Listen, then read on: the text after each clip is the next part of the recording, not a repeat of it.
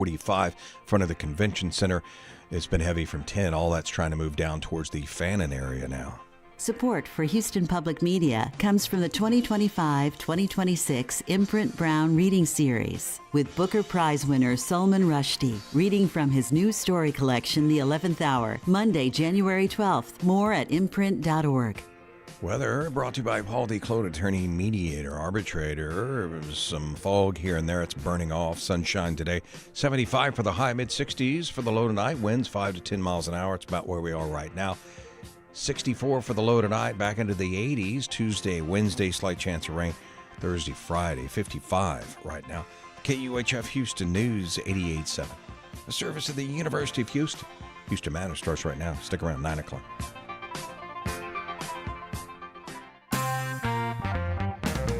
Nicolas Maduro appears in federal court today following capture by American forces Saturday in Caracas. The operation raises lots of questions about international law, the future of Venezuela, and the Trump administration's intentions there. It also may have impacts on Houston's oil and gas industry.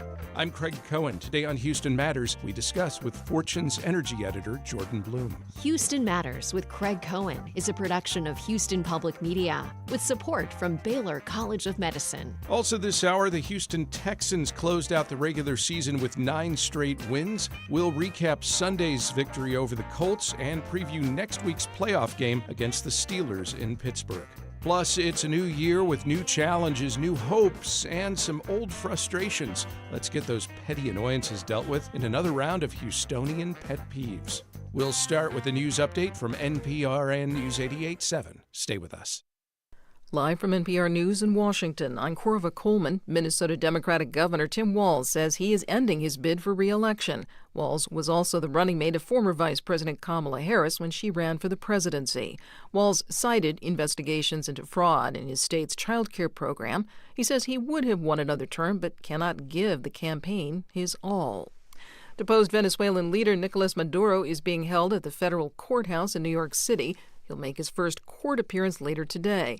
U.S. troops captured Maduro and his wife over the weekend and brought him to the U.S. to face drug charges. Some Republican lawmakers have supported the military action. Connecticut Democratic Congressman Jim Himes says while Maduro has not been good for Venezuelan civilians, Congress must still assert oversight of the Trump administration. Clearly, Congress needs to do something that it has not done because it's been under the control of the president's acolytes for the last, year or so, which is to assert itself, to say we are the legitimate representatives of the people, and you're now talking about using those people on foreign adventures that would have made Teddy Roosevelt blush. So, again, we're in the minority in the House and the Senate, but it is time for this Congress to stand up and say we have a role to play here. He spoke to NPR's Morning Edition. Houston is home to one of the largest communities of Venezuelan immigrants in the U.S. Houston Public Media's Natalie Weber reports there's been mixed reaction in the city. Singing and waving flags, dozens of Venezuelan immigrants gathered in Houston suburbs to celebrate. Hector Machuca was among them. It's a lot of emotions, all together like happiness, but at the same time a little worry and we're a little nervous. However, some residents came out to oppose the operation. Caleb Karowski is an organizer with the Party for Socialism and Liberation, which led a protest over the weekend. I think we already can see the results of U.S. interventions across the world, and we don't think that Venezuela will end up any different. Reaction from Texas leaders remains split. For NPR News, I'm Natalie Weber in Houston. Stocks opened higher this morning as oil markets remained subdued. NPR's Scott Horsley reports the Dow Jones Industrial Average rose 570 points in early trading. The U.S. military's capture of Venezuela's president and his wife over the weekend had little effect on global oil prices. Venezuela has large oil reserves, but its oil output has dropped sharply after years of neglect. While President Trump wants U.S. oil companies to revitalize the Venezuelan industry, the cost and time commitment necessary would be sizable. Crude oil prices in the U.S. are hovering well below $60 a barrel. Retail gasoline prices in the U.S. continue to fall. AAA says the average price of regular gas is now $2.81 a gallon. That's down about a penny from a week ago and about 25 cents less than this time last year. Scott Horsley, NPR News, Washington. You're listening to NPR News from Washington. Support for NPR comes from NPR stations. Other contributors include the Doris Duke Foundation, which aims to support the well-being of people and the planet for a more creative, equitable, and sustainable future. And listeners like you who donate to this NPR station. Live from News 88.7 in Houston, I'm Matt Harab. Harris County Judge Lena Hidalgo is calling for a peaceful transition to democracy in Venezuela following the United States capture of the country's leader, Nicolas Maduro. In a lengthy Facebook post, Hidalgo says that Harris County has the fourth largest Venezuelan population in the country, and there are clear ties between Venezuela and Houston with the energy industry. Hidalgo also called on Congress to hold President Trump accountable to providing a transition to democracy. Now, President Trump says American companies will now take over Venezuela's oil reserves. Houston is home to many of those firms. Our Natalie Weber, who you just heard on NPR, reports. After the U.S. seized an oil tanker off the coast of Venezuela, American officials sent it to the Texas coast, about an hour south of Houston. The city also serves as the headquarters for Chevron, the only American oil producer still operating in Venezuela. Francisco Minaldi is the director of the Latin America Energy Program at Rice University's Baker Institute for Public Policy. He says many oil firms direct their Latin American operations from the city. Houston is going to be the center of a lot of the potential activity of investment in Venezuela. It has a long history of a connection to Venezuela. In a statement, Chevron said it continues to, quote, operate in full compliance with all relevant laws and regulations. I'm Natalie Weber, News 88.7. Houston police have arrested a suspect who led them on a chase overnight in a military-style tractor trailer. The suspect was wanted on felony charges and hit multiple vehicles. The incident shut down the East X freeway for several hours last night. The chase began when an off-duty officer spotted a hit-and-run crash where some people were hurt. And the Houston Texans beat the Indianapolis Colts in the final game of their regular season yesterday, 38-30. Here's CBS Sports on the final moment of the regular season, which involved a defensive touchdown. 5 seconds left. Snap it to Leonard. He's going to toss it underneath to Downs. He's going to chuck it behind him to Pittman. Throw it to Leonard, trying to keep it alive, and the Texans have it, trying to run with it for the score. He didn't get it earlier. Togiai got his touchdown after all. Togiai! The Texans play Pittsburgh in their first playoff game next Monday. I'm Matt Harab, News 88.7. This is Houston Matters. I'm Craig Cohen. Good morning. Happy New Year. Thanks for joining us here on News 88.7 and on Houston Public Media's YouTube channel. Coming up this hour, we'll recap that Texans' final victory of the regular season and look ahead to next week's wildcard game against the Steelers in Pittsburgh. Also ahead, our first round of Houstonian Pet Peeves in 2026. You can send yours now to talk@houstonmatters.org. But first, Nicolas Maduro appears in a U.S. court in New York today following capture by American forces Saturday in Caracas. The Venezuelan president faces federal criminal conspiracy charges, including narco-terrorism and cocaine importation. The operation to arrest and charge Maduro and subsequent uncertainty about America's role in and expectations surrounding Venezuela's future raises lots of questions about international law and U.S. entanglement in a sovereign nation. It's not surprisingly spawned a wide range of reactions from elected officials, including those who represent Houstonians. Among those congratulating President Trump for deposing Maduro is U.S. Senator John Cornyn, who calls Maduro an illegitimate president and head of a major drug trafficking network whose associations helped fund terrorism in South America and the Middle East. Among those critical of the move, Congresswoman Lizzie Fletcher, who calls the military action a violation of the U.S. Constitution and a dangerous precedent for national sovereignty, though she agreed that Maduro's government is illegitimate and oppressive. Saturday's operation has sparked mixed emotions for Houstonians of Venezuelan descent. According to the Migration Policy Institute, more than 50,000 people from Venezuela live here in Greater Houston. Our Natalie Weber spoke with some of them over the weekend. Hector Machuca moved to the U.S. 10 years ago. He characterized his reaction as a mix of happiness and a little worry. You can read his and others' reactions right now at HoustonPublicMedia.org. And while we will continue to explore the implications for Houston's Venezuelans and the political fallout and continuing international reaction in the coming days, as we've been reporting, there are also questions about what this move means for Houston's oil and gas industry. And that is where we start today as we welcome Fortune Energy editor Jordan Blum. Jordan, good morning. Welcome back to the program. Good morning. Happy New Year. Happy New Year. Did anything happen over the weekend? I wasn't keeping up. I'm sure you read up a little bit. You wrote about it, in fact, so I know you're yes. on top of it.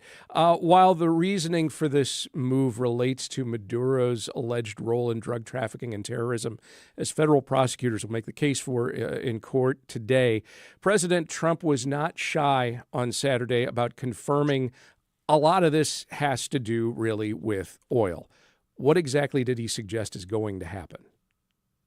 Yeah, so I mean, I don't want to toot my own horn here, but the White House had been saying for a long time this is all about narco-terrorism, it's all about immigration. And while that's true, the argument also was this is largely about oil, critical minerals as well to a lesser extent. But really, it's about the Trump administration's push to kind of really control natural resources for the whole Western Hemisphere.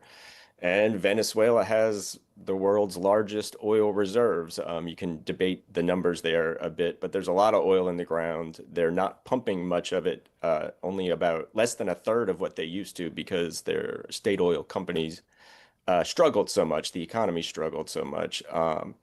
So yeah, really, I mean, Trump is going out there. He's saying things were expropriated almost 20 years ago, saying they stole our oil. We're going to be taking a tremendous amount of wealth out of the ground.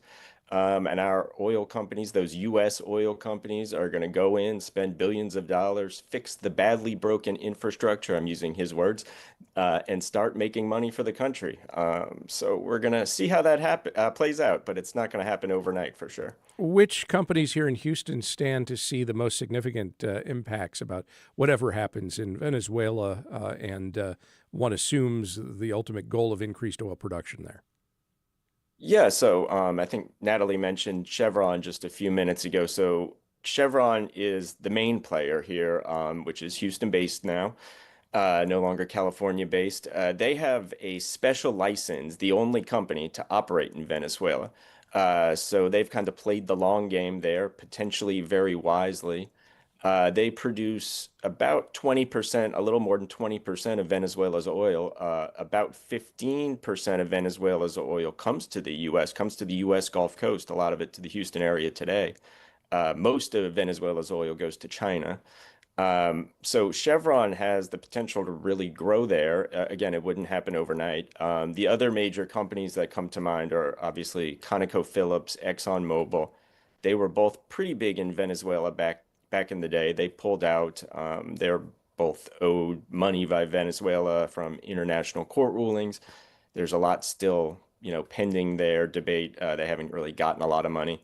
The other ones that are maybe a little under the radar are the big oil field services companies like Halliburton and SLB, formerly Schlumberger, which would have to play big roles or likely would have to play big roles and be in there as well. So we would see how that plays out as well. I imagine those companies would have the opportunity, theoretically, to go into Venezuela and basically restart or upgrade existing infrastructure. That's sort of what it sounds like the president was laying out on Saturday. Do I have that right?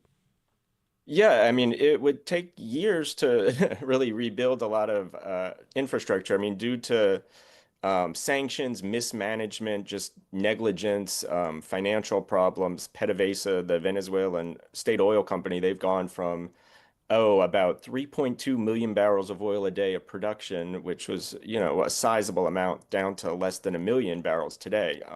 So it struggled mightily, and it's going to take a long time to turn that around, a few years, maybe even a decade to really get it back to what it was. Houston's oil and gas industry isn't monolithic, of course. As we often note, increases in oil production elsewhere can negatively impact oil producers here in Texas. What's good for upstream companies isn't necessarily good for downstream. What's imported can affect prices on what's exported. What are some of the implications for different aspects of oil production and refinement and area companies who make products derived in part from oil? Right. So Venezuela produces this kind of dirtier, essentially, but it's a heavy grade of crude that not most refineries in the world can't process it. Most in the U.S. can't process it. However, there are several along the Gulf Coast that can and do desire that Venezuelan crude.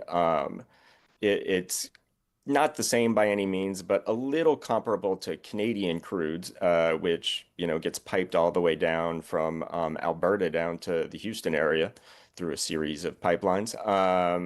So there's some competition there.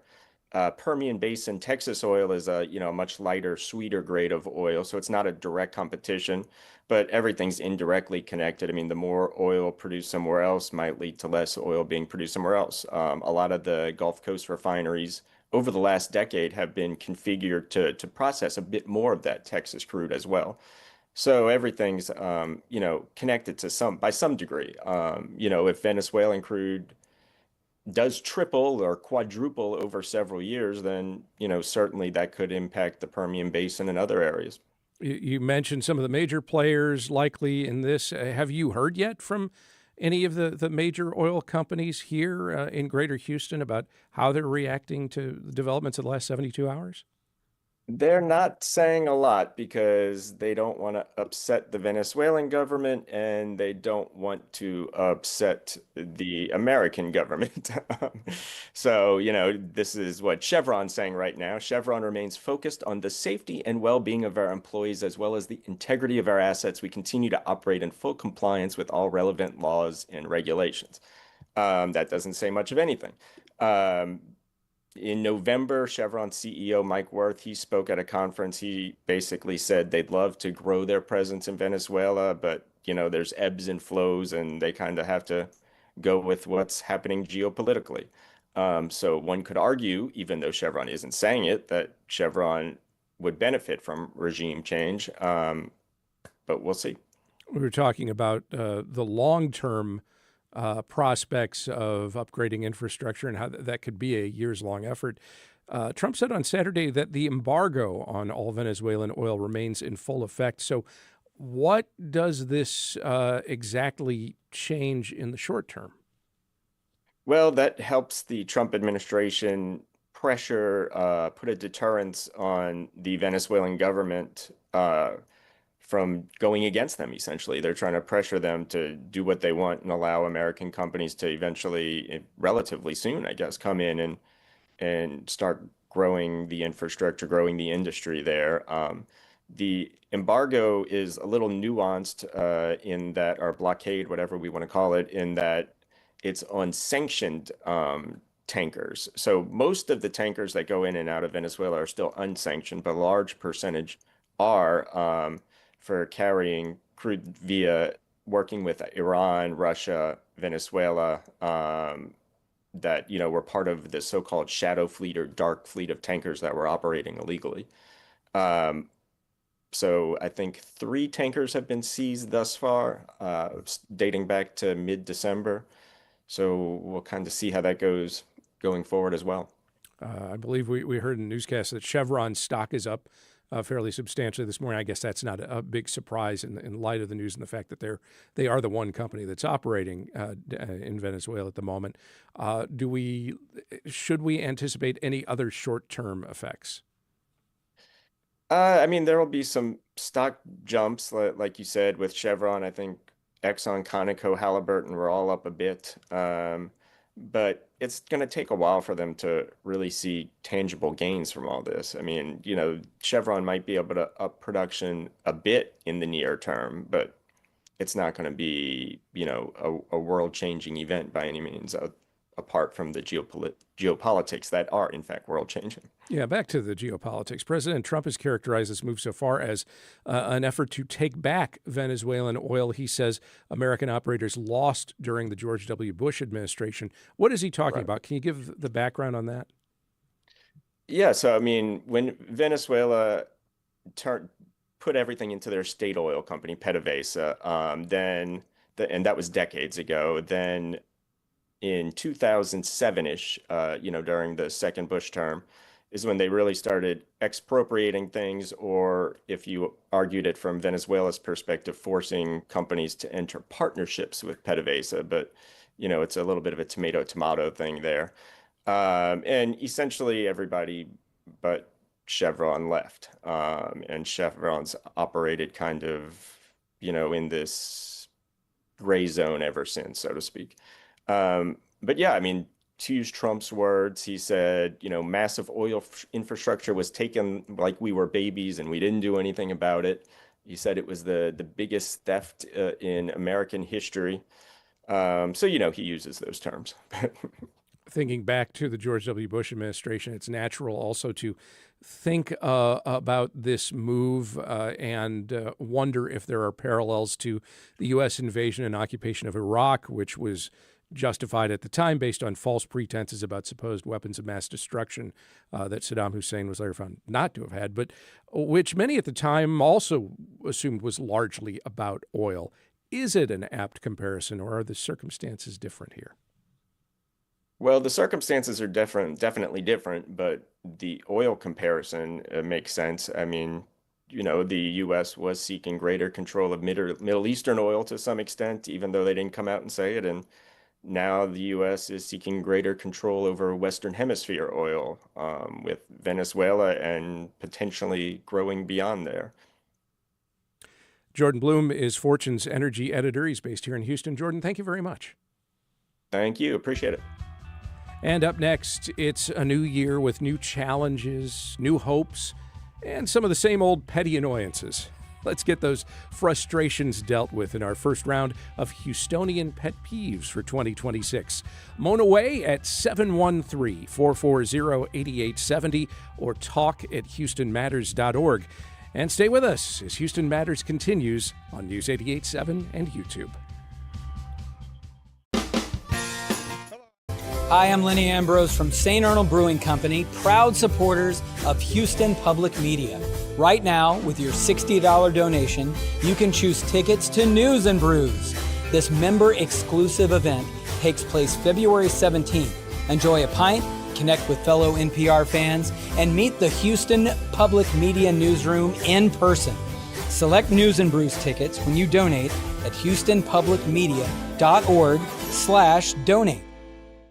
Estate, independent commercial and residential real estate broker with over 30 years experience guiding clients through economic downturns, realty challenges, and everyday life situations. More at BlakeSellsHouston.com. We get support from members like you from Baylor College of Medicine with 125 years of innovation behind it. Baylor has driven progress in health and medicine through research, education, and care that push the frontiers of modern science.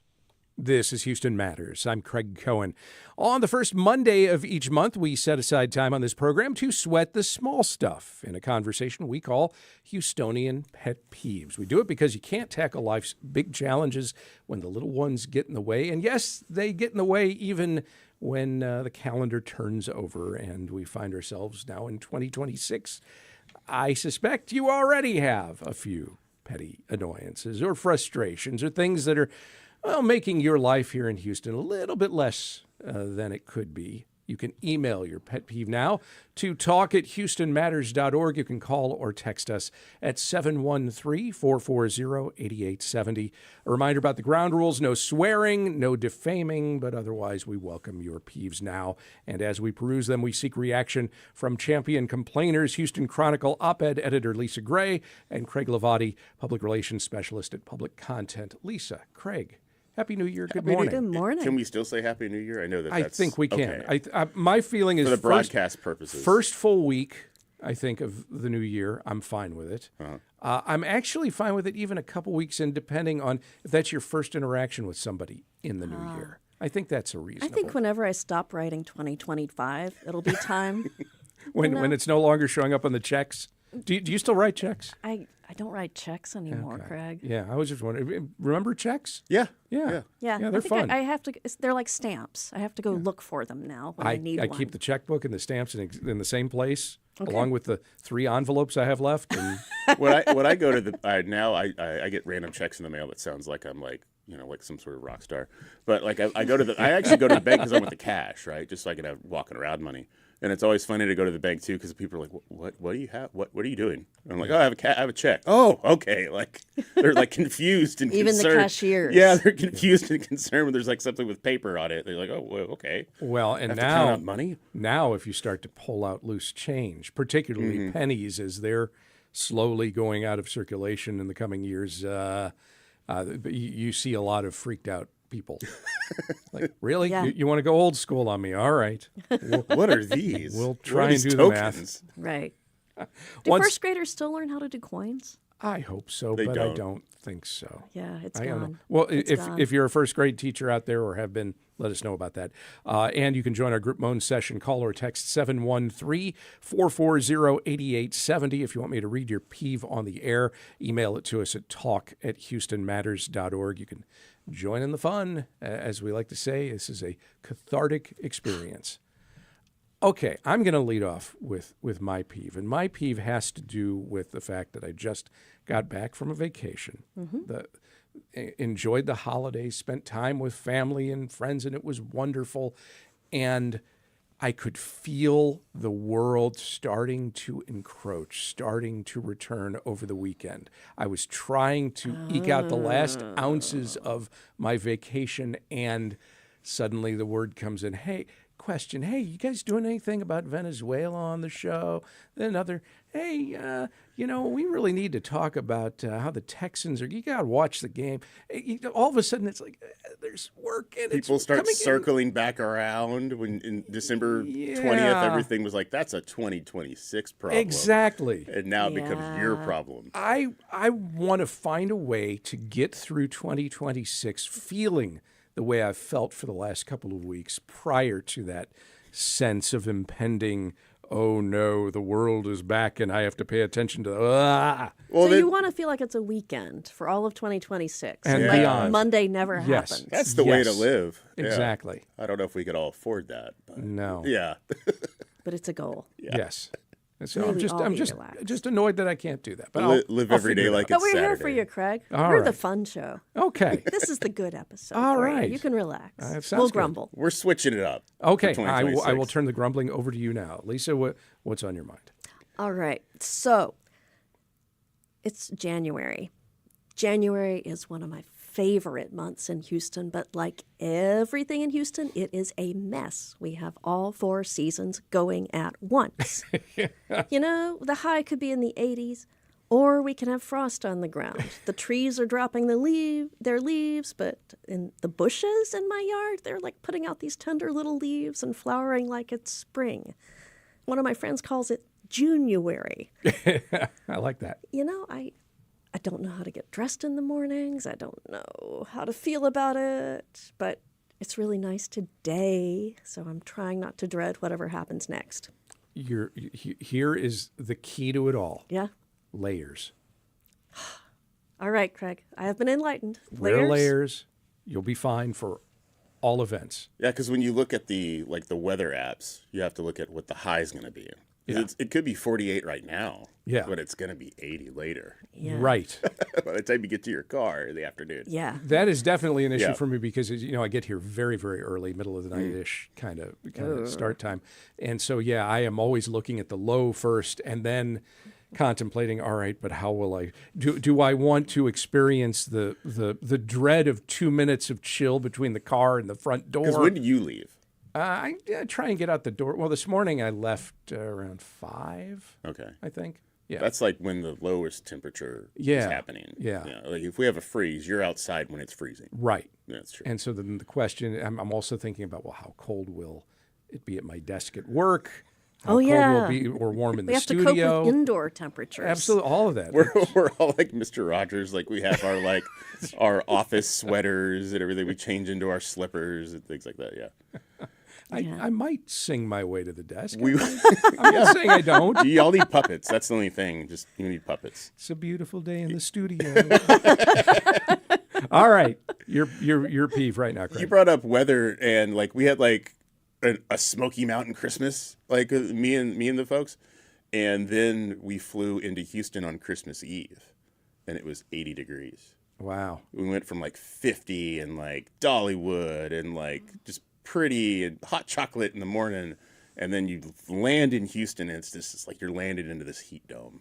Was it layers. A classic humid Houston or classic humid soupy? A classic humid Christmas Eve in Houston, where you just want to put on shorts and sandals, and you're like, oh, I forgot to cut my toenails. Oh no, it's just gross. I am prepared for that moment in June when the airport doors open. Yeah, and, oh my God, I'm back. The humidity, it's like you're walking into something's mouth. Because I always end up traveling over the holidays to somewhere like the Pacific Northwest, the East Coast, and then you come back into Houston, and it's almost like right when you get into Texas on the plane, your body can start feeling it, where you're just like, oh no.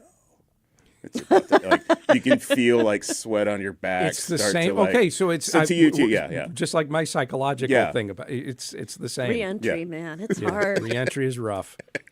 All right, we're like astronauts. Let's hear from some of our fellow Houstonians. Thomas in Montgomery County. Thomas, what's your Houstonian pet peeve? Your first one for 2026. Well, when I ate in a diner in New Jersey, I would have my favorite dinner: hot open turkey sandwiches. A slice of bread, tight slice of bread, slices of turkey with mashed potatoes and gravy on top. But down here, you want meat? You're stuck with beef. Hamburgers, spaghetti meatballs. We have a thing called the hot open roast beef in the diner over here. It's just beef, and more beef. Well, I can't eat beef 7 days a week. I feel you. I have heard it said that in Texas barbecue restaurants, chicken is considered a vegetable. Hey, now, I'm a turkey guy. You know that, too. Yeah. Yeah. I'm a turkey at barbecue places. And you think you can get it. Yeah. You've been telling me it's possible. Yeah, I've started to I feel, Thomas, because I'm starting to sway away from beef. Yeah. Because I think my body, the older I get, my body is just like, you don't have to have beef every day. Right. You don't need it. We're good. Just please give us something green. Please, not green meat, but I would have to think that there are enough restaurants out there that are willing to make adjustments along the way and that offer turkey and can offer it. Well, he brought up a sandwich with mashed potatoes on it. That's a different vibe, Thomas. Yeah. I've never done that. Oh, really? That's never exotic to me. Yeah, I don't know if I could do that. Yeah, old school diners will do that still in Texas. I would end up just eating it like a meal, take it apart. There's this fork and a knife. This bar on 2nd Street in Harrisburg, Pennsylvania, called Zemby's, and they used to do an open face. It was either turkey or roast beef, you could choose, and and it had the mashed potatoes and gravy on top as well. They referred to it as the Grud. It was named for a former Major League Baseball player named Mark Grudzielanek, who had played for the Harrisburg Senators when he was in the minor leagues. So I loved going to Zemby's and getting the Grud. That sounds like you ought to be treated for it. Yeah. He came down with the Grud. He's not going to be in today. Yeah, in case of the galloping Grud. Yeah, I've had that before. Is it brown gravy? Yes, brown gravy for the roast beef, the lighter gravy for the turkey. Yeah, when we were up in Tennessee, the question was always brown or white gravy. Mm. Not white gravy. It was more of the chicken or turkey kind of gravy. Oh, that's brown. Off-white gravy. Yeah. Appalachian Mountain. Tan gravy. Lighter tan gravy. It's a lighter brown. Pet peeve from Ricardo in West Memorial. He's frustrated by the bright LED lights that are blinding on buildings and on cars. It's too intense. Amen. I am so with you. I am squinting out there, wondering should I wear my sunglasses at night? I mean, you wear makes it hard to the see. blue tinted ones, right? Oh yeah. Okay, yeah. So those are. I have a pair of ones that are it's a light tint, orange. Though. Yeah. I can. Just wear those all the time now. Yeah, Yeah. because it matches my hair. But they're not much defense against those super bright lights, and it's hard to see everything else.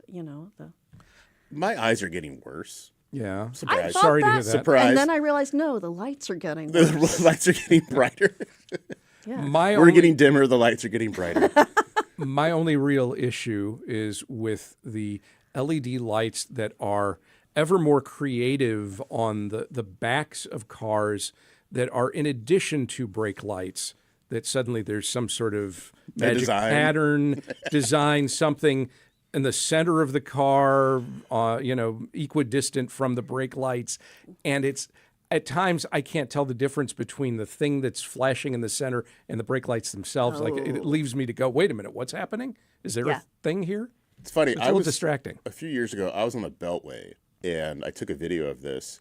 It was while driving on the Beltway, you took a video. We were in stop traffic. Uh-huh. It was the dead stop. Still I was paying for that. That's great. Okay. It was a red Silverado that had the entire back, what you call the back door on the truck was just a big TV. So instead of brake lights, license plate, then there was a television just playing like music videos.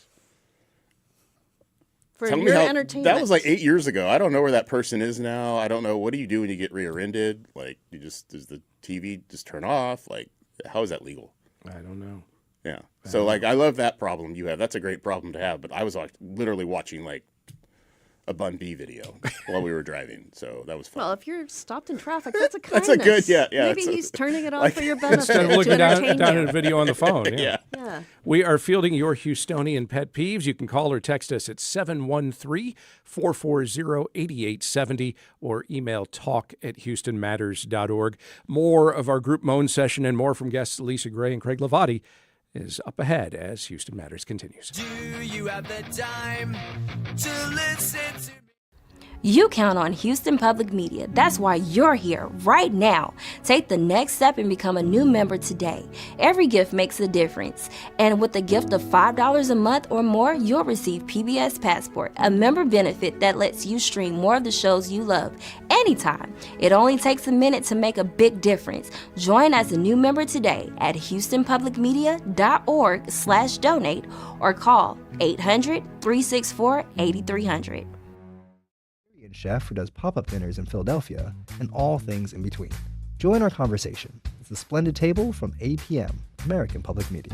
Sundays at noon on News 88.7. Support for Houston Public Media comes from Drexel University, whose model of experiential education allows students to choose their own path and explore the world, enabling them to discover their perfect career. More at drexel.edu. Support comes from the Museum of Fine Arts Houston, presenting Art and Life in Imperial Rome, Trajan and His Times, exploring the impact Emperor Trajan had on art and culture during his reign. Now on view, tickets at mfah.org. This is Houston Matters. I'm Craig Cohen. We are in the middle of another round of Houstonian Pet Peeves with Lisa Gray, Craig Hlavaty, and you. You can call or text us at 713-440-8870. You can email us at talk@houstonmatters.org. A reminder about the ground rules. Don't defame anyone. No name-calling. No swearing. Otherwise, bring the pain. Tal writes, over the holidays, I took a number of Ubers. As I sat in the back, I could see they were all driving with their high beams brights on. Oh. We were driving on Westheimer. When did this become okay? Moaning. Ouch. Yeah. Wait, the Uber was? The Uber's driving with the high Multiple beams Ubers. all the time. I don't know. Maybe for them it's a safety thing. Well, That's like the excuse. Well, this is also sort of like those super bright headlights. You know, it makes possibly the car that has it safer while blinding everybody around them. Yeah. Do you think it's a different generation of people driving now, that there's different driving rules that are changing, like driving traditions? I guess you want to call it that. Like, are we driving traditionalists claiming, here? Craig, that Are your we? generation drives polite? No, 'Cause worse, you are worse, evidence. worse. No, worse. That's Like, is there like a fundamental change? Perhaps the fundamental change is that every year you are a year further removed from driver's education. Yes. And actually looking at what the laws are, which also change from time to time. And when you have to go back to driver's education, you're doing it under duress and you're just trying to get through it, and you're, tapping buttons on the computer so you can get through your defensive driving thing. That sounds like something you maybe have experienced before. Yes. It's been a while, actually. Like, I would knock on whatever this is, but like, I haven't done defensive driving in a while. Horrible. Oh, wow. It's going to happen today. Yeah. Let's take a call. Frank is in the Rice Medical Center neighborhood. Frank, what's your Houstonian pet peeve? Well, okay. I have a feeling you really won't like this, but here we go. Turn signal. Me and you.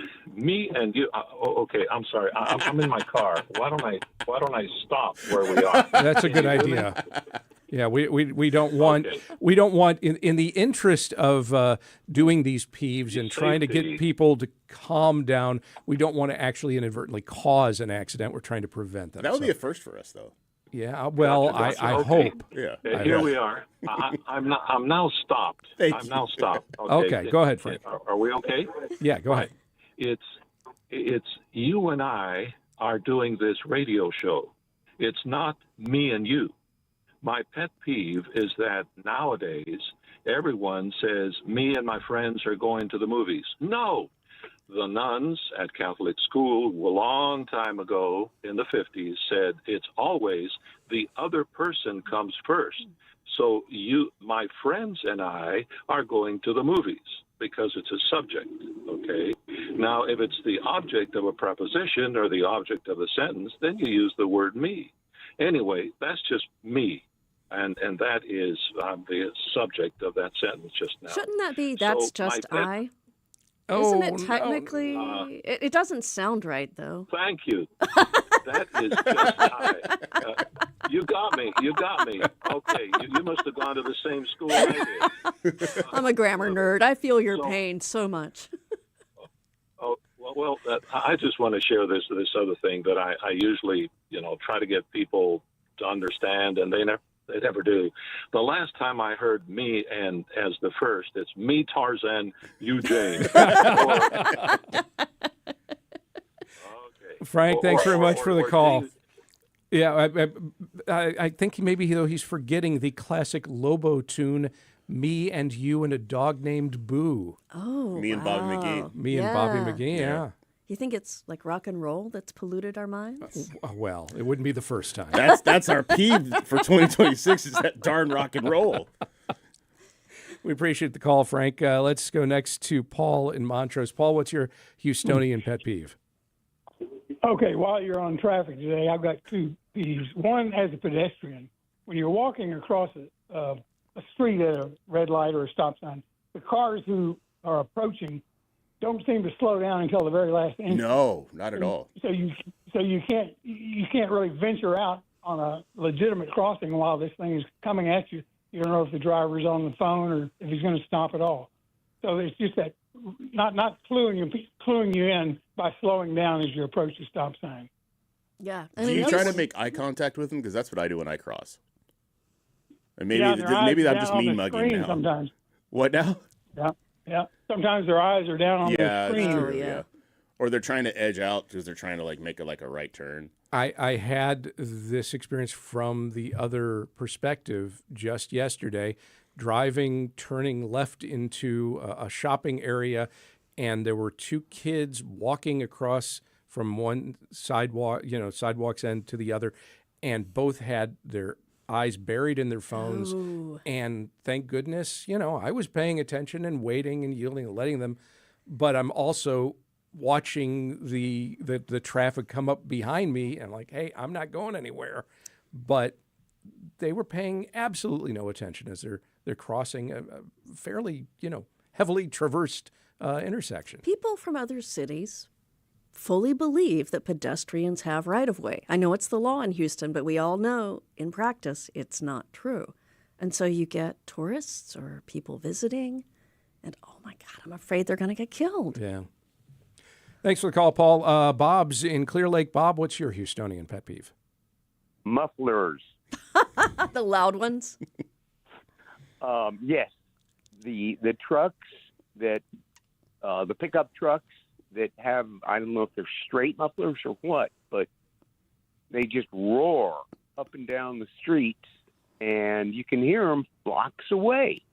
Yep. Maybe it's just me, but I don't notice that from trucks anymore. I notice that from smaller cars. Yeah. But maybe my hearing cars, is also getting worse, yeah. so maybe that's the low rumbles I don't notice anymore. I hear more from trucks. Really? I notice it more from the smaller sports cars that are souped up and they're intending to make that noise. You got to remember there's some who it's unintentional and it's just they've got to a bad muffler. problem, yeah. Right, but the ones that you can tell by the tailpipe a lot of the times, they have been intentionally modified. Somebody spent a lot of money and they have to like somehow hide it to pass inspection, I think. It drives me crazy. Do we still do inspections? Yes. Oh, okay. Well, in some for municipalities. Yeah, that's right. Not all municipalities. And you should find out whether or not Please do. if you're in that particular county or not. But I always notice it's the smaller inspections. cars, and I live near 59, which is like the speedway. So like I hear that all night long. Yeah. It's bad. I'm against it. Lisa, I think you'll be in favor of this comment from one of our YouTube viewers. Did anyone tell Lisa that she has the sweetest laugh in the world? Aww. Who does? I've heard that I have the loudest laugh in the world, and I've been trying to work on it. So I really appreciate that. When you can make Lisa laugh, it's like winning the lottery. Aww. Yeah. I don't know. I think there's more money in the lottery. No. Yeah. It's not quite like that. Another YouTube comment in reference to our talking about whether or not you put the right year on checks. I just mistakenly wrote Year of the Snake on a check. Hey, it's Year of the Fire Horse. That's I thought that was next year. No, it's this year? This year. It's Fire Horse. Do you write they Year don't of the Snake allow on a check? that on the check. I think that would be... Do you draw a fire horse, or do you actually have to write out Year of the Fire Horse? I think as long as you put it in the little memo line, yeah, it's so fine. people know. Whatever one you like. want to do is fine. Year of the Pig, like I could just draw a pig. Oh. Yeah, the classic-looking barbecue pig. All right, one more peeve, and we'll wrap this up from each of you. What else has got you frustrated here at the start of the year? For me, we've been talking about reentry. I started back at work last week, and it's hard, that stop and start week where you've got, you work a couple of days, you have a day off, you work again. I'm not really back in the flow yet, and it's going to take a long time. Just work straight through the holidays. Well, yeah, that's the your Chronicle solution. kind of believes in that, but I took some vacation. We don't get Christmas Eve off. Oh, my. But that's not a whole Houston peeve. That's my personal life. Grocery store etiquette has been my thing for a long time, moving away from traffic. I don't like it when I see customers putting back perishable items onto the shelf where it doesn't go. Like, you get a rotisserie chicken from H-E-B, and you decide you don't want it, so you put it down next to the toilet paper. Oh. And then somebody that works at H-E-B is going to pick that up and go, I better put that back over there. I don't know what H-E-B's policy is. I don't think they put that back. I don't know. I hope they don't, because it's no I've longer... had physical evidence that they don't, because I've been very sick, so I don't know. Not recently, but that's my thing. Grocery store etiquette. Like, we love growing the grocery stores. We have so many great grocery stores here. Let's just start learning how to, drive our baskets, and let's also learn to put food back where it goes. Indeed. Yeah. Yes. And that darn rock and roll in the loud cars. Oh, my God. And the grammar. Of the things I anticipated us talking about in this first Pet Peeves of the year, I did not think there would be a lot of anti-rock and roll, but there you are. Bad news for the knack who we're about to hear from. As always, I hope you found this cathartic, whether you shared a peeve with us or not. If there's something on your mind that simply cannot wait until the next time we do this, you can email it to us now at talk@houstonmatters.org. Craig Hlavaty, Lisa Gray, thank you both very much. All right. Happy New Year. Thanks, Craig. Happy New Year. Still to come, the Texans close out the regular season with 9 straight victories and now know they will head to Pittsburgh to take on the Steelers next Monday night. We will recap the season, yesterday's win, and look ahead to the playoffs. Stay with us as Houston Matters continues.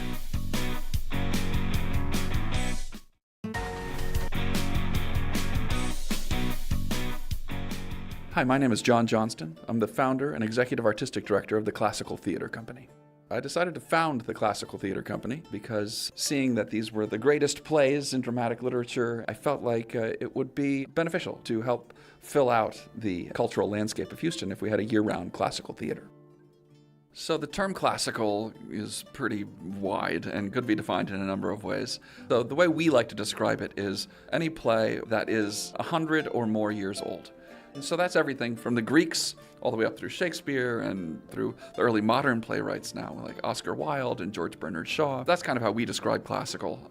It's really hard to pick out a particular play or monologue that speaks to me, but There is one that I like. It's the opening of Shakespeare's Henry IV. There is a personification of rumor. It is a pipe blown by surmises and jealousies and conjectures, and so simple and so plain a stop that the blunt monster with uncounted heads, the ever-wavering discordant multitudes can play upon it. And to this day, this idea of rumor and rumors getting spread and the insidiousness of them are still so relevant. The universality of these plays, they're why they're still being produced decades and centuries and millennia later. They speak to the human condition. They speak to power, love, all of these things that we still deal with every single day. They speak to what it is to be human. And so when I go to pick a play, I go to what it is that has lasted this long, and is it something that is particularly topical at the moment, and we'll give it a different setting, costumes, cross-gender or cross-racial casting. It's all about the interpretation, and each one is slightly different. Some are more traditional than others, but it just depends on the particular production, who the director is, and what their vision is for the particular piece. I'm John Johnston from Greenway Plaza, and you're listening to Houston Matters with Craig Cohen. Support comes from SunnyPro, a Houston-based business advisory firm providing tailored consulting solutions, specializing in technology assessments, cybersecurity, AI strategy, and more. Details at sunnypro.com or follow @SunnyPro LLC. Support for Houston Public Media comes from listeners like you and from Central Market, starting the new year with fresh produce, seafood, and an array of supplements, sports nutrition, and body care. CentralMarket.com. Support for Houston Public Media comes from listeners like you and from Holocaust Museum Houston, featuring 6 interactive exhibitions in both English and Spanish. Details at hmh.org. Houston Public Media is licensed to the University of Houston system, governed by the UH Board of Regents. Information about open meetings, dates, times, and locations is online at uhsystem.edu. The Houston Texans will take on the Steelers in Pittsburgh in an AFC wildcard playoff game next Monday night. The Texans closed out their regular season with 9 straight victories, including Sunday's 38-30 win over the Indianapolis Colts. To discuss the game, the season, and the upcoming playoffs, we are joined now by Houston Press writer and Believe in Astros podcast co-host Jeff Balke. Hi, Jeff. Happy New Year. Good morning, Craig. Happy New Year. First of all, once it was clear at halftime Sunday that the Jags were going to win the division, the Texans sat most of their regulars in the second half and won anyway. Is that encouraging from a depth perspective heading into the playoffs? Yeah, to some degree it is. I think the main thing that we saw was that the Texans, defense yesterday wasn't great. I think their biggest weakness in depth is probably in their secondary. They're so good in their starting lineup in their secondary that when it's hard for us to watch somebody get open against them because nobody typically does. And it affects their pass rush as well because they can't defend as well on the back end. So, yeah, I think winning, of course it was against the Colts and a rookie quarterback. But, we'll take the win. The win gives them the 5 seed, which allows them to then go to Pittsburgh, which I think is probably the favorable matchup for them if you had to ask them in private what they thought. I'm sure they probably thought Pittsburgh was the ideal of all of them. The Texans definitely missed Lassiter in the lineup yesterday, if anybody. Yeah. And Derek Stingley for a half. Look, it was smart. The best thing they could do was be healthy getting into the postseason, truly. Even if they lost yesterday, they're still going to the postseason. So the one thing you don't want is to suffer some kind of serious injury right as you're on the cusp of the playoffs. In particular, since they didn't know until last night who they'd be playing and Right. where they'd be seated really didn't exactly matter much, 5, 6, or 7, without knowing for sure who that opponent would be. Right, and I think that's key. The offense put up some points and moved the football in the first half Sunday. That has really been maybe the not even a bugaboo, but mild concern in the final weeks of the season. Will this offense come to life enough to make it through the opening round or rounds of the playoffs? Do you feel pretty encouraged about what you saw yesterday, at least in the first half, offensively? Well, they still had to kick 6 field goals, right? So It's not they still are what they are when they get down into the red zone and near the red zone. They're still a team that struggles at that part of the game. That hasn't changed. I do think they ran the football better. I do think the offensive line didn't allow a sack, which was encouraging. And the offensive line has gotten better. But this team is going to live and die with its defense. It is an exceptional defense, number one defense in football. They came out, finished yesterday because of the points scored. They ended up second in points allowed, but they were still number one in yards allowed for the season. This is a monster defense. It is a defense that can certainly carry them through at least a win or two in the postseason. The key with the offense is really going to be, to be honest, is going to be making plays when they have the opportunity and not making mistakes. Don't turn the ball over. Make the good, smart play. I know that's probably not something that a lot of fans want. Fans want them to open up the playbook, throw the ball downfield. If they can, they will. We've seen them do that. The key is don't turn the ball over. You've got a defense that's exceptional. They're holding teams to, under 18 points a game. If you can just score 20, which is not a lot in the NFL, you're going to win most of those games thanks to your defense. That does mean, though, getting into the end zone probably once or twice. You're not going to see Keamy Fairbairn kicking 6 field goals every week. Not every week, no. I mean, it's nice to know that you have a kicker who can do that. But also you have to think about what happens if there's inclement weather. If you've got a windy day that's making kicking field goals more difficult, which will happen in the postseason when you're not playing every game indoors. So I think, they're going to have to put the ball in the end zone. The biggest thing I think for the Texans is they need to keep winning the turnover battle. The turnover battle is one of the most key statistics to victory in this sport, particularly in the postseason. Typically, if you turn the ball over less than your opponent, you have a much better chance of winning than if the opposite is true. The Texans are a wild card team for the first time. Their previous playoff appearances were as division champs. Does it make any difference? Yep. Not really, not in the modern NFL. They're still the only difference is really playing a game at home versus playing a first game on the road. But quite honestly, with the way the NFL is today, both of these, look, the NFC and the AFC are pretty wide open. There's a lot of good teams, but there don't appear to be any great teams. The Texans are certainly among those teams that you would look at and say, if I'm another team, I might not want to face them simply because of how good their defense is and how much they can morph a game because of that. So I think there are a lot of teams that are out there that, look, the Bills are, not a top seed. There's a lot of teams that are going to be good in the postseason. It wouldn't shock me if, we have a Super Bowl that's got a number 5 or 6 seed versus another number 6 or 7 seed. That's kind of how wide open and how much parity there is in the NFL right now. You mentioned the Steelers might be a pretty good matchup for the Texans. How come? Well, the thing about the Steelers is it's going to be a defense-on-defense matchup. The Steelers are a good defense, not as good as the Texans, but they're very good. They have T.J. Watt, who is an absolute wrecker, on defense.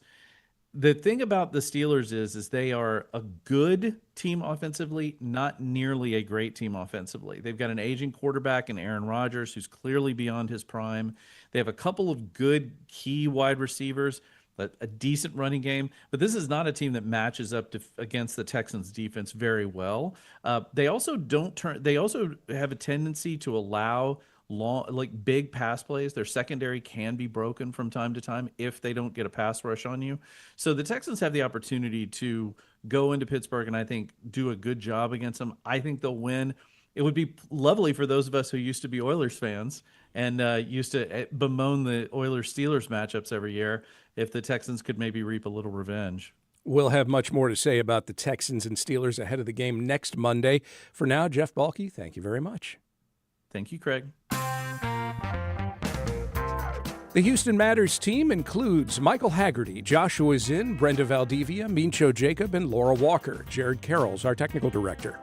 Remember, you can check out Houston Matters anytime. Subscribe to our podcast for the audio. Visit Houston Public Media's YouTube channel for the video. You can comment, you can like, you can subscribe. They allow all 3 of those things there on YouTube. Or reach out to us at talk@houstonmatters.org. On tomorrow's show, as part of our continuing public service to help you get 2026 off to a strong start, we will welcome your questions about sleep and sleep disorders. Anything you want to know about sleep cycles, medication, how Light and noise can affect your sleep. Any incidents of snoring or sleep apnea in your life or your household, you name it, send those questions to talk@houstonmatters.org, or you can call in and join us live on the air on Tuesday's show. Also tomorrow, from hairless to high maintenance, sleek to seriously fluffy, the Houston Cat Expo gives visitors a chance to visit a world where cats rule and humans happily comply. Our Brenda Valdivia will take us there. I'm Craig Cohen. Join us tomorrow for those and other Houston Matters.